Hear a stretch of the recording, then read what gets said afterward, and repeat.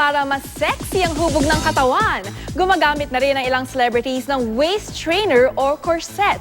Pero ang labis na paggamit nito, may masama palang epekto sa katawan. Nakatutok si Nelson Canlas. Hindi maikakaila ang ganda at confidence ni Rian Ramos sa eksenang ikinakasal siya kay Luis Alandi sa primetime series na The Rich Man's Daughter. Sexy man ang kanyang gown, no problem. Ang secret ni Rian, ang waist trainer o ang corset na usong-usong ngayon sa Hollywood na matagal na raw ginagamit ang mga kababaihan.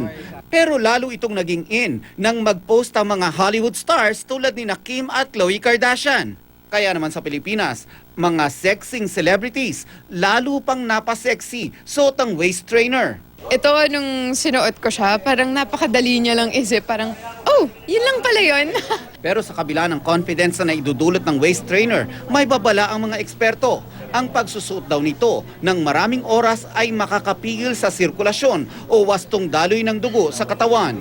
Pero kung buong araw mo siyang gagamitin, pati paghinga mo maapektuhan, pati tamang galaw mo maapektuhan. Posible. Hindi ko naman kasi laging sinusuot. May mga occasion lang.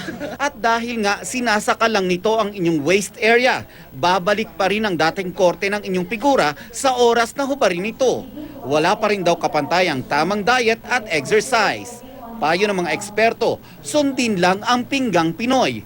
1/4 na karne, 1/4 na gulay, 1/4 na prutas at 1/4 na rice. Hindi raw healthy ang walang rice sa diet ha.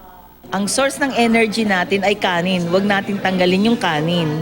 Basta wag lang siya marami. Lahat 1/4, 1/4 and a lot of fluid. That's one. Kaya't kung gustong maging slim at confident, huwag piliin ang panandaliang paraan ng pangpasexy. Nelson Canlas, Nakatutok, 24 Oras.